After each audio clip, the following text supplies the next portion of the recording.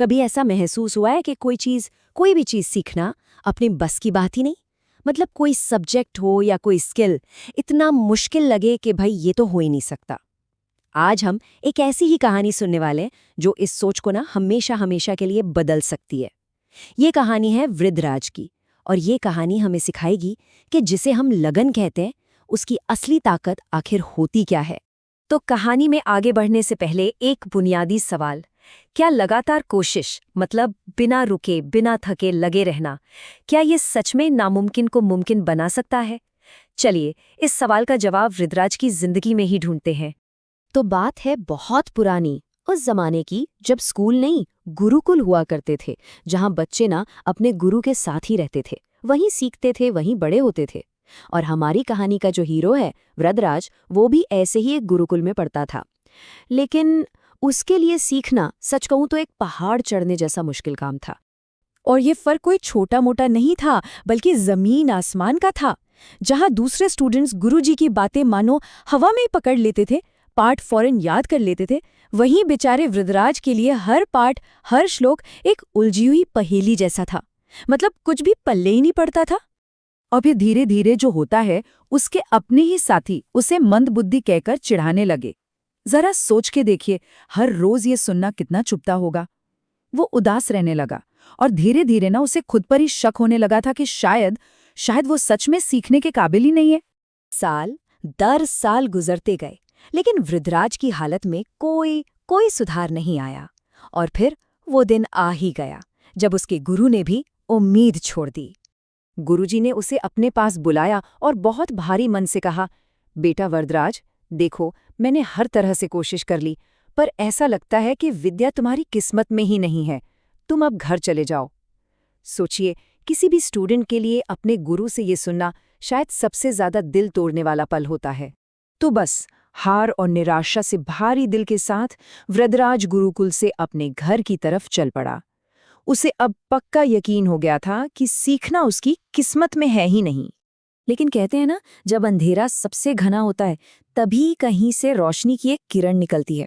वृद्धराज की जिंदगी में ये रोशनी उसे कुएं के पास मिली। दोपहर की चिलचिलाती धूप थी, सफर बहुत लंबा था। वृद्धराज को जोरों की प्यास लगी। तभी उसकी नज़र कुछ औरतों पर पड़ी जो एक कुएं से पानी निकाल रही थीं।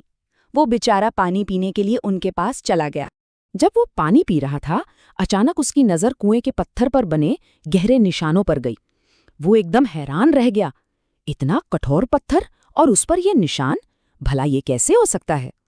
उसने हिम्मत करके वहां मौजूद एक महिला से पूछ ही लिया। उस महिला का जवाब ना एकदम सीधा और सरल था। उन्होंने कहा, अरे ये निशान तो इस कोमल सी रस्सी के रोज रोज घिसने से बने हैं। एक बिल्कुल साधारण सा जवाब, लेकिन ये जवाब वृद्धराज की पूरी जिंदगी बदलने वाला था। और बस उसी पल उसके दिमाग में जैसे बिजली सी कौंध गई। उसने सोचा, अगर एक इतनी नर्म सी रस्सी बार बार घिसने से इतने कठोर पत्थर पर निशान बना सकती है, तो फिर लगातार अभ्यास करने से, मेहनत करने से मेरे इस मंद दिमाग पर ज्ञान की छाप क्यों नहीं पड़ सकती? ये वही पल था, वो आहा मोमेंट, जिसने उसकी पूरी सोच को पलट कर रख दिया। बस इस एक ख्याल ने वृद्धराज के अंदर जैसे एक आग जला दी। सारी निराशा अब एक अटूट इरादे में बदल चुकी थी। वो फौरन मुड़ा और बिना एक पल भी सोचे वापस गुरुकुल की तरफ चल पड़ा। जब वो गुरुकुल वापस पहुंचा तो उसे देखकर सब हैरान थे। लेकिन इस बार उसकी आंखों में हार नहीं थी, बल्कि एक नई चमक थी, एक नया आत्मविश्वास था। उसने पूरे कॉन्फिडेंस के साथ गुरुजी को कुएं वाली पूरी बात बताई और उनसे बस एक और मौका देने के लिए कहा। और इसके बाद जो हुआ वो किसी चमत्कार से कम नहीं था। वृद्धराज मानो एक नया इंसान ही बन गया।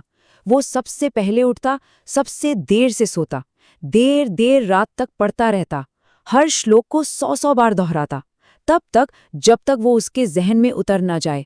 हर छोटी से छोटी बात पर सवाल पूछता। उसने ठान लिया था कि अब किसी भी हाल में हार नहीं माननी है। और कमाल की बात ये थी कि जो साथी कभी उसका मजाक उड़ाते थे, अब उसकी इस लगन को देखकर दंग रह जाते थे। सालों की इस जबरदस्त और लगातार मेहनत का नतीजा वाकई अद्भुत था। एक ऐसा बदलाव हो रहा था जिसकी किसी ने कल्पना भी नहीं की थी। ये बदलाव इतना बड़ा था कि इसे शब्दों में बताना भी मुश्किल है। सोचिए, वो स्टूडेंट जिसे कभी मंद बुद्धि कहकर गुरुकुल से निकाल दिया गया था, वही अब अपनी अटूट मेहनत के दम पर एक महान और सम्मानित विद्वान बन चुका था। और देखिए, उसकी विद्वता सिर्फ बातों तक ही सीमित नहीं रही। उसने संस्कृत व्याकरण पर कई महान ग्रंथ लिखे, जैसे लघु सिद्धांत कौमुदी, मध्यम सिद्धांत कौमुदी और सार सिद्धांत कौमुदी। ये वो किताबें हैं जो आज भी ज्ञान का बहुत बड़ा खजाना मानी जाती हैं। ये उसकी जीत का, उसकी मेहनत का सबसे बड़ा सबूत था। तो इस पूरी कहानी का सार क्या है? इसका निचोड़ क्या है? बस एक लाइन, कि अभ्यास से बड़ा कोई चमत्कार नहीं होता। लगातार कोशिश किसी भी पत्थर को तराश सकती है और किसी भी दिमाग को रोशन कर सकती है। और वृद्धराज की जिंदगी इसी एक सच का सबसे बड़ा जीता जागता प्रमाण है। और अब आखिर में एक सवाल जो हम सबको अपने आप से पूछना चाहिए। हमारी अपनी जिंदगी में वो कोमल रस्सी क्या है? मतलब हमारी कोशिशें, हमारी मेहनत, और वो कठोर पत्थर क्या है? वो मुश्किल लक्ष्य जिसे हम बदलना चाहते हैं। इस पर जरूर सोचिएगा।